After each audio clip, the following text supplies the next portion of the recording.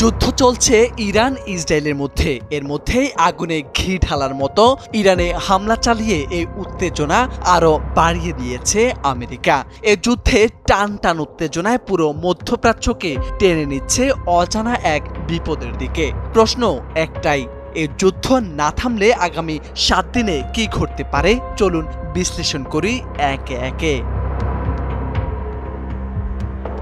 যুদ্ধের সময় বাড়লে ইরান হয়তো তার পারমাণবিক কর্মসূচিকে ওপেনলি মিলিটারাইজড করতে পারে। এর অর্থ বিশ্ব আবার দাঁড়াবে এক নতুন পারমাণবিক শীতল যুদ্ধের মুখোমুখি। কারণ এই যুদ্ধ এখন ইরানের বাঁচা মরার লড়াই। ইরান কিছুতেই পিছু হটতে চায় না, চোখে চোখ রেখে জবাব দিতে চায় ইরান।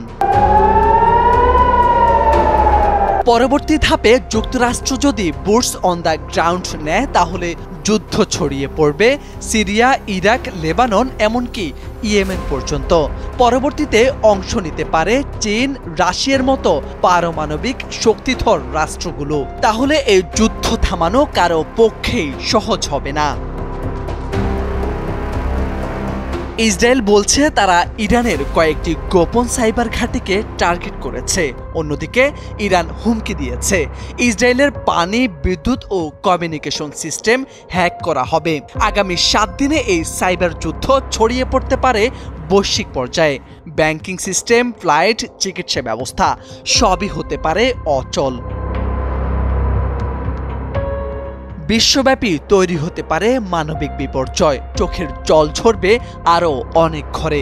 হাসপাতাল, আহত শিশু, ধ্বংসস্তূপ, কান্নারত মায়ের মুখ সবই দেখতে হতে পারে বিশ্বকে। কারণ এই যুদ্ধে এখনো পর্যন্ত কয়েক শতাধিক মানুষ নিহত, আহত হয়েছে হাজারো। হাসপাতালগুলোর অবস্থা নাজুক, ওষুধ সংকট, বিদ্যুৎ বিচ্ছিন্ন। যুদ্ধ থামছে না, কিন্তু সবচেয়ে বেশি ক্ষতি হচ্ছে সাধারণ মানুষের। পড়ছে শিশুদের স্বপ্ন, ভেঙে পড়েছে ঘর, ছিন্ন ভিন্ন পরিবার।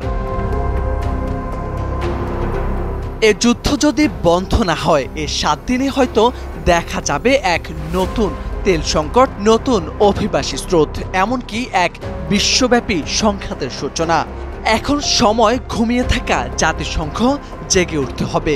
কূটনৈতিক চাপে যুদ্ধ থামাতে হবে। তা না হলে এই আগুন শুধু মধ্যপ্রাচ্যে নয়, জ্বালিয়ে ফেলবে পুরো দুনিয়া। মোরশেদ আলম, সময়ের আলো।